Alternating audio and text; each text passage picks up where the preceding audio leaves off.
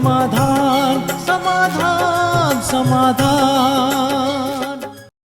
नमस्कार, आदाब, सत श्री अकाल मित्रों, स्वागत है समाधान कार्यक्रम में आप सभी का। कल हमारी चर्चा हो रही थी कि ट्रेन में कुछ लोगों से मुलाकात हुई और कई प्रकार के प्रश्न उन्होंने उठाए थे। जब उनसे इस विषय पे चर्चा हुई कि क्या वो विद्यालय में जाते हैं तो विशेष जो हमारी चर्चा हो रही थी वो यही कि भोजन खान पान की शुद्धि कई लोगों को बहुत कठिन प्रतीत होता है कि कैसे इसे निभाया जा सकता है, और कई लोगों को ये बंधन भी लगता है। लेकिन मित्रों, कहा जाता है कि कायदे में फायदा है। यदि नियम ना हो तो समाज में अव्यवस्था हो जाती है। आप जानते हैं, संविधान ना हो, नियम ना हो तो सामाजिक व्यवस्था तो पूरी तरह चरमरा जाएगी।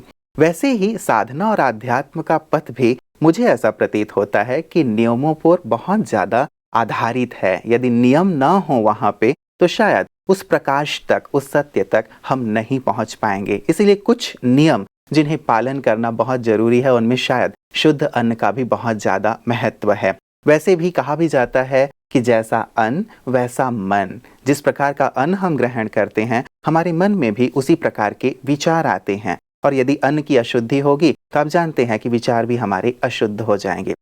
तो शायद आध्यात्म में इसका बहुत ज़्यादा महत्व है। हम कैसे इसे सहज और सरल कर सकते हैं ताकि ये नियम हमें बंधन ना लगे, लेकिन इस नियम को भी हम आनंद के रूप में लें। इसी की सुंदर चर्चा आज भ्राता जी के साथ हम करेंगे। आइए पहले उनका अभिनंदन करते हैं। भ्राता जी, बहुत बहुत स्वागत और अभिनंदन है। शुक्रिया।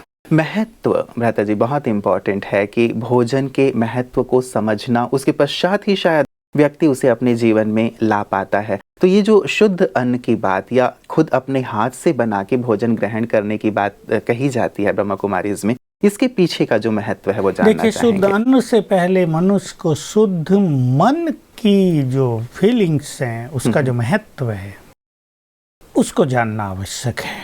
शुद्ध मन, ए प्योरिफाइड माइंड जी।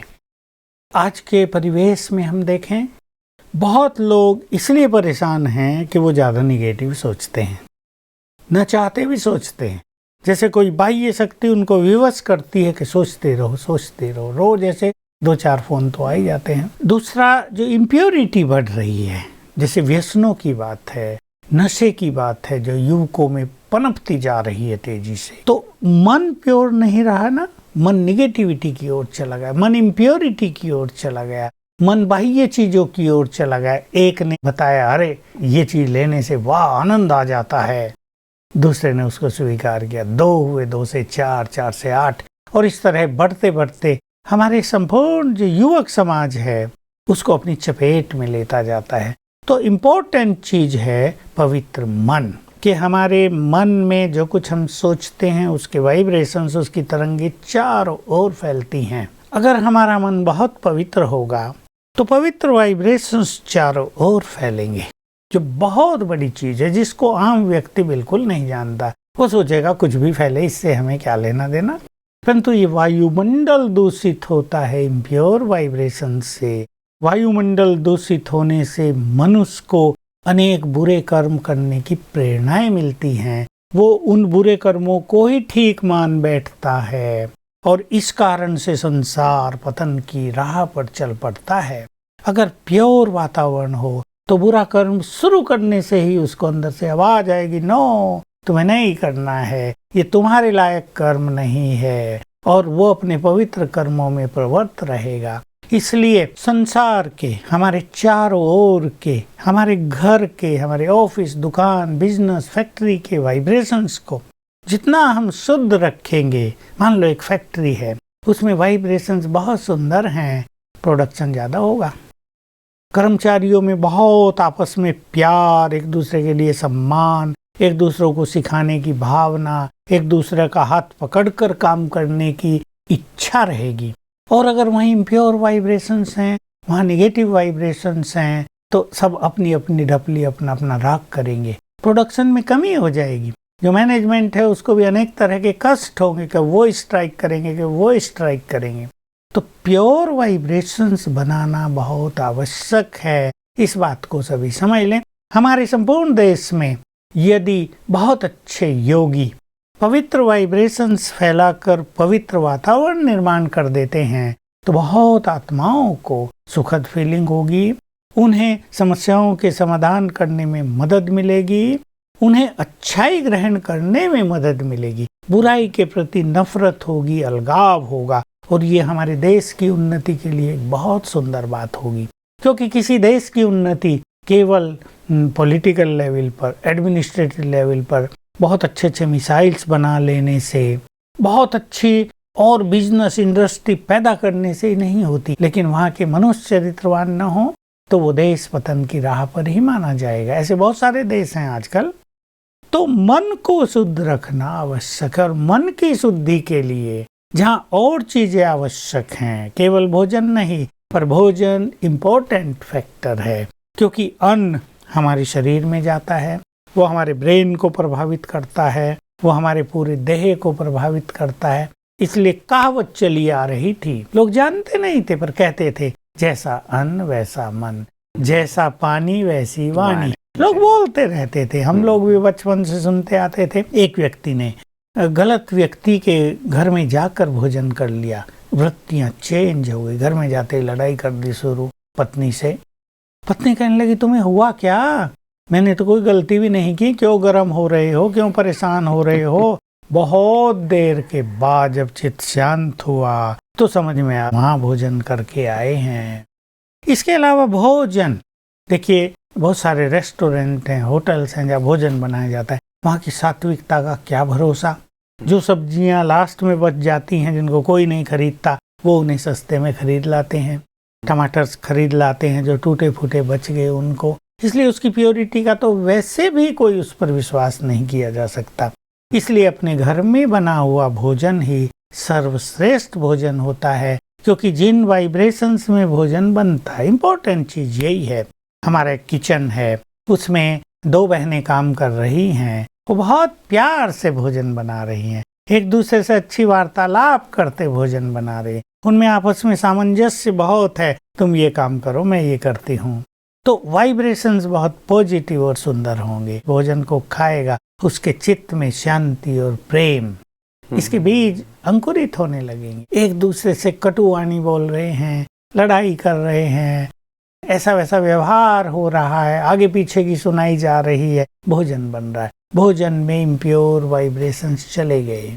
क्योंकि हमारा जो फूड है, it's very sensitive to our vibrations. जो कुछ हम सोच रहे हैं वो भोजन समा रहा है अपने में। तो ऐसे भोजन को खाने से जो भी खाएगा, मान लो 5 लोगों ने परिवार में वो भोजन खाया, उनको भले वो अच्छा भी लगे, एक होता है भोजन अच्छा लगना, एक है भोजन आनंदित कर दे, एक है भोजन चित्त में प्रेम के बीज अंकुरित कर दे। भोजन खाते चित्त शांत होने लगे, मन एकाग्र हो, बच्चे पढ़ रहे हैं तो पढ़ाई में मन लगे, अन्यथा वो दूसरा भोजन खाने से उनकी एकाग्रता नष्ट होगी। वो कहेंगे हम पढ़ तो 2 घंटे से रहे हैं, परंतु याद तो कुछ भी नहीं हो रहा, पता नहीं हमें क्या हो गया। इसलिए मन की एकाग्रता के लिए, शांति के लिए, मन में खुशी का माहौल रहे हमारे, और हम टोटल अच्छी तरह से लाइफ को एंजॉय कर सके, पवित्र भोजन लेना बहुत आवश्यक है। संसार में बहुत गड़बड़ हो गई। ट्रेन में हम भी जाते हैं, राजधानी में भोजन मिलता है, अधिकतर लोग कहेंगे नॉन वेज दो। अभी वो बदबू वाला भोजन हमारे पास बैठे रहते, खाते हैं लोग, हमसे तो रहा नहीं जाता वहाँ, लेकिन क्या करें, अब हमें सफर वहीं करना है। तो वास्तव में जो बाहर बदबू फैला रहा है, वो अंदर कितनी बदबू फैलाएगा, मन पर कितना बुरा असर उसका होगा, ये लोग नहीं जानते। जानना चाहिए कि जिसको अच्छा जीवन जीना है, जिसको सक्सेसफुल लाइफ जीना है, जिसको अपनी बुद्धि को एकाग्र रखना है, जिसको अपने मन को शांत रखना है, जिसको परिवार में प्रेम, खुशी और शांति का माहौल बनाना है, वो सात्विक भोजन लें, वो अच्छे वाइब्रेशंस में भोजन बनाएं और खिलाएं, तो सचमुच बहुत सारी समस्याएं दूर हो जाएंगे। बिल्कुल दादाजी, आपने बहुत विस्तार से इस सात्विक भोजन का या शुद्ध अन्न की जो बात की जाती है ब्रह्मा कुमारीज में, उसे स्पष्ट किया है कि कितनी महत्ता है इसकी, ये होने से इतनी सारी प्राप्तियां होंगी। लेकिन मूल बात रहता है जी, जैसे ये यात्राओं की कल हमारी बात हो रही थी कि कोई व्यक्ति बहुत लंबे समय के लिए कहीं बाहर जाता है, या शादी समारोहों में जाता है, या अन्य प्रकार की कई समारोह, यदि हम सोशल हैं तो हमें वहाँ जाना पड़ता है। वहाँ पे एक कठिनाई जरूर आ जाती है कि वैसे में शुद्ध अन्न कैसे ग्रहण किया जाए? घर में है तब तो चलिए घर का बना हुआ खा लिया, बाहर हैं तो? देखिए यही है, मान लो शादी में कोई गए, शादी भी अपनों की है जी। अगर कुछ दूर के रिलेटिव्स की है तो मनुष्य को क्या करना चाहिए कि भोजन आजकल सब लग जाते हैं, स्टॉल लग जाते हैं, अभी जो बिल्कुल सात्विक नजर आए, जिसको ज़्यादा कुक न किया गया हो, उसको भोजन को ले लें, क्योंकि वो बाजार से आए, धो धा के मान लो सलाद रख दिया, आइसक्रीम रख दी बनी हुई है मशीनों से, कोल्ड ड्रिंक्स रख दिए, फ्रूट्स रख दिए, और कोई चीज़ आप चूज कर लें जिसको आप ले सकते हैं, उसे दृष्टि देकर 7 बार संकल्प कर लें, मैं परम पवित्र आत्मा हूँ, फिर उस भोजन को स्वीकार करें। ठीक है, कोई एक आधी चीज कभी खा भी ली तो इतना मनुष्य कमजोर नहीं है कि उससे कोई उस पर बुरा असर आ जाएगा। इमरजेंसी में कभी साल में 2-4 बार आपने रसगुल्ले खा लिए, बहुत अच्छी वो मलाई बन रही थी रसमलाई, वो खा ली, उसको दृष्टि दी, पवित्र वाइब्रेशंस दिए और सेवन कर लिया, तो उसमें कोई हर्जा भी नहीं, उससे कोई स्थिति पर बुरा असर भी नहीं आएगा। बिल्कुल, मतलब ज्यादातर ये ध्यान रखा जाए कि हम सात्विक आहार लें, लेकिन कभी ऐसे अवसर आ जाएं, क्योंकि ऐसा देखा गया है व्रता जी, कई लोग ये कहते भी हैं कि जब कभी हम ऐसे अवसरों पे जाते हैं और हमने उनके द्वारा जो सर्व की गई चीज़ है वो हम स्वीकार नहीं करते हैं, तो वहाँ थोड़ी सी अनबन सी हो जाती है, या थोड़ी नाराज़गी सामने वाला जाहिर करने लगता है कि भाई हमने तो इतने अच्छे भाव से आपके लिए बना के रखा है या सबके लिए बनाया है, आप क्यों ग्रहण नहीं कर रहे हैं? तो यहाँ पे उन्हें कन्विंस करना थोड़ा कठिन हो जाता है। आपको क्या लगता है कैसे फिर ऐसे में हम सामने वाले को कन्विंस करें कि भाई आपने जो बनाया है वो तो ठीक है, लेकिन हमारे ये नियम है, यहाँ कन्विंस कैसे किया जाए? नो डाउट, ऐसे में जहाँ बहुत ही प्यार हो, सम्मान हो, मनुष्य को थोड़ा बुरा तो लगता ही है, उसे लगता है पता नहीं हमारे भोजन को क्यों स्वीकार नहीं करते, कुछ गड़बड़ रह गई क्या, ये हमें क्या समझते हैं। कई जो थोड़े अहंकार वाले व्यक्ति होंगे वो तो कहेंगे आया है बहुत बन के, हम अछूत हैं, आज तक तो हमारे साथ मिल बैठ के खाता था, अब तुम्हें क्या हो गया। लेकिन बहुत अच्छी अगर हमारी स्थिति है और पहले से ही हमने उनसे ज्ञान की चर्चाएं की हुई हैं, भाई हम राजयोग का अभ्यास करते हैं और उसमें एकाग्रता का परम महत्व है। अब भोजन तो वो न जाने किस किस ने बनाया होगा, हो सकता है घर का बनाया गया हो, ऐसे में थोड़ी चीज अवश्य ले लेनी चाहिए, खीर बनाई है वो ले ली जाए, और भी कई चीजें भोजन में लोग बनाते हैं उनके सेटिस्फेक्शन के लिए, क्योंकि कई बार संबंधों में ऐसी क्लोजनेस होती है जहां मनुष्य हर चीज को अवॉइड नहीं कर सकता। रिजेक्ट न करना, कई लोग सीधा बोल देते हैं भाई हम तो किसी का खाते नहीं है, ये नहीं बोलना चाहिए।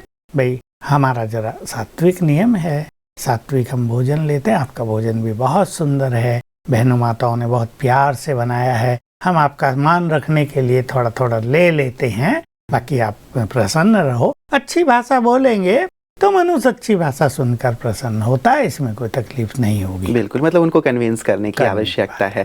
एक बात रहता है जी, जैसे ये हम शुद्ध अन्न की बात कर रहे हैं या बाहर ना खाने की बात कर रहे हैं, तो कई लोग ये प्रश्न उठा सकते हैं, खैर उनकी तरफ से तो ये प्रश्न नहीं है, लेकिन कि इतने सारे रेस्टोरेंट्स हैं, होटल्स हैं, इतनी श्रृंखला चली आ रही है, या ट्रेन में भी ये सारी चीज़ें सर्व की जाती है, एक बड़ी इंडस्ट्री बन गई है ये कि बाहर भोजन बनाते हैं लोग और वहाँ जाके हम खाते हैं। तो यदि ये बंद कर दिया जाएगा तो एक बड़ा चैन, एक बड़ा रेस्टोरेंट या होटल आदि की सारी व्यवस्थाएं समाप्त हो जाएंगी। नहीं, ऐसा तो होने नहीं जा रहा है, क्योंकि सभी तो सात्विक बनेंगे भी नहीं। इस संसार में महान लोग बहुत थोड़े होते हैं, सात्विक भोजन खाने वाले बहुत थोड़े होंगे। हम भी ट्रेन में जाते हैं तो अगर वहाँ 1000 यात्री एक साथ यात्रा कर रहे हैं तो उसमें से 10-20 ही ऐसे होंगे जो कहेंगे भाई हमें ये भोजन नहीं करना है, कि हमें जैन भोजन चाहिए, बाकी सब तो वही खाते हैं। इसलिए फूड इंडस्ट्री के बंद होने की तो बात ही नहीं। व्रता जी जैसे बात कही कि नॉन वेज वाली बात है, मांसाहार की बात है, वो भी बहुत ज़्यादा प्रचलन में है, तो सात्विक अन्न तो बहुत ऊंची चीज़ हो जाती है,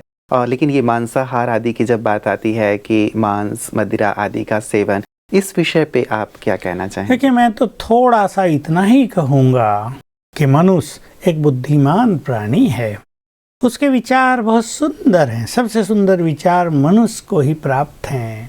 अब वो बकरे खाए, हमें तो सुन के कितना खराब लगता है, वो खरगोश खा रहा है, मुर्गे खा रहा है, पेट को उसने कब्रिस्तान बना दिया, उसमें दफनाई जा रही हर चीजें। तो एक अच्छे मनुष्य को तो इनसे बचकर रहना ही चाहिए। सबकी तो हम बात नहीं करेंगे, कई समाज में, कई आजकल के रॉयल परिवारों में या धन संपदा से संपन्न परिवारों में मांस मदिरा का सेवन बड़ा कॉमन हो गया है, क्योंकि पैसा बहुत है तो उसको वो करें भी क्या। लेकिन ये नॉन वेज अच्छी चीज नहीं है।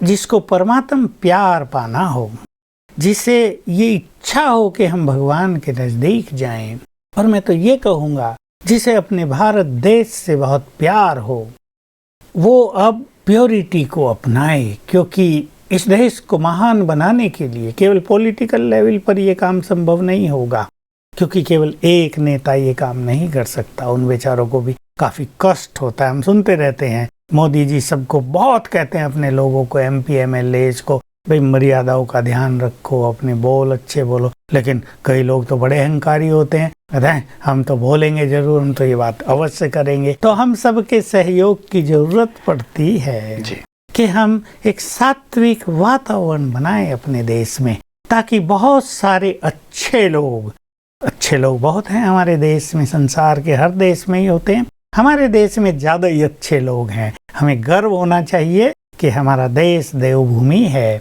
यहाँ कभी देवताओं का वास था, तो देवत्व यहाँ के मनुष्यों में बहुत ज्यादा है। तो मैं कहूँगा कम से कम 10% हमारी जो पॉपुलेशन है वो बहुत अच्छे लोगों की है।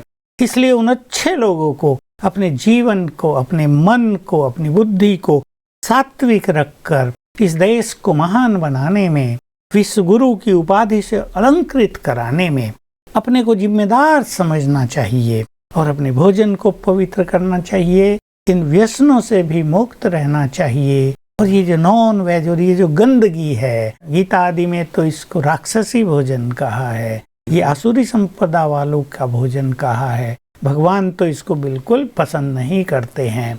तो मैं फिर वही बात कहूँगा, जिनको देश सेवा करनी है, जिनको अपने परिवार को सुंदर रखना है, जिनको अपनी संतान को बहुत महान चरित्रवान और योग्य बनाना है, उन्हें इन चीजों से बचना चाहिए, व्यसनों से भी, नॉन वेज। ब्रदर जी, एक तर्क वो देते हैं जो ये मांसाहार का सेवन करते हैं कि इसमें ऐसी चीजें पाई जाती हैं, प्रोटीन आदि, जो हमें शाकाहारी भोजन में प्राप्त नहीं होती। एक तर्क वो ये देते हैं। दूसरी बात तर्क वो ये देते हैं कि यदि भगवान ने ये सब चीजें बनाई हैं तो इनका भक्षण करने में क्या हर्ज है। हर रचना के पीछे कुछ रहस्य हैं, इस बात को नहीं लेना चाहिए, लेकिन मनुष्य को बहुत सात्विक होना ही चाहिए।